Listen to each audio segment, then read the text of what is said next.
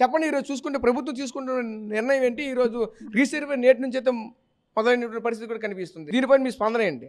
జగన్మోహన్ రెడ్డి ప్రభుత్వం హయాంలో 1 సెంటు పట్టణ ప్రాంతాల్లో 1 సెంటు కానీ గ్రామీణ ప్రాంతాల్లో సెంటున్నర భూమి ఇచ్చినప్పుడు ఇంటి స్థలం కోసం, అలాగే ₹1,80,000 మాత్రమే ఇంటి నిర్మాణం ఖర్చు ఇచ్చినప్పుడు కూడా సిపిఐ రాష్ట్ర వ్యాప్తంగా సిపిఐ మాత్రమే దాన్ని వ్యతిరేకించింది.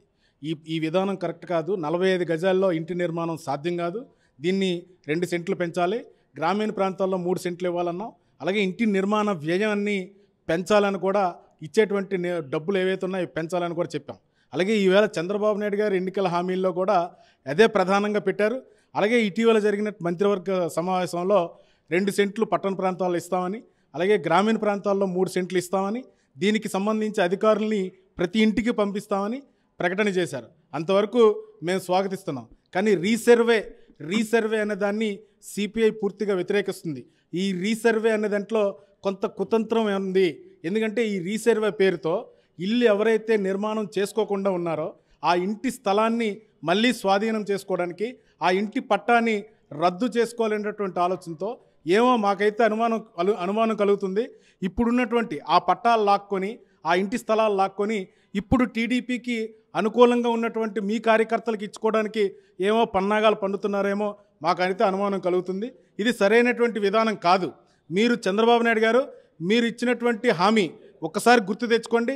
గతంలో ఇచ్చినటువంటి ప్రభుత్వం ఆ ఇంటి స్థలాలు ఏమారకు సరిపోవు, మేము వచ్చి కూటమి ప్రభుత్వం అధికారంలోకి వచ్చిన తర్వాత మేము పెంచి ఇస్తామని మీరు మాట ఇచ్చారు. ఆ మాట మీద నిలబెట్టుకోవాలి. ఈవేళ ఇంటి నిర్మాణం ఎందుకు సాధ్యం కాలేదంటే మీకు కూడా తెలుసు.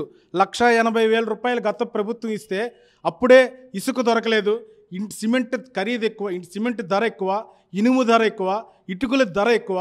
ఈ ధర మీద అప్పులు చేసి కట్టుకోలేనటువంటి పరిస్థితుల్లో ప్రజలు ఆ ఇంటి స్థలాన్ని ఖాళీగా ఉంచుకున్నారు.